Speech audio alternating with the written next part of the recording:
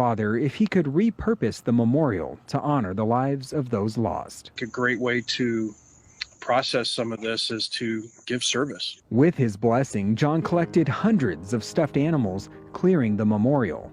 Most will be cleaned and donated to local police departments to be given to other children in crisis. All in honor of the children. If we can honor their lives and their personalities, that would be a wonderful thing. Her father became emotional. He was very grateful for the idea, and he said that they would love for something like that to happen. While John knows there's nothing he can do to bring them back, he hopes these donations will encourage a mourning community to lift up others in honor of Shanann, Bella, and Celeste. We will come together. We know how to pull together, and we know how to lift each other's burdens.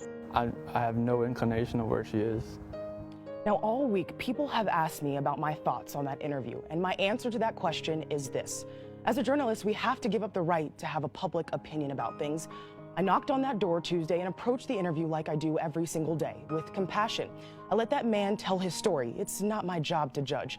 I am observant, yes, but judgmental, never.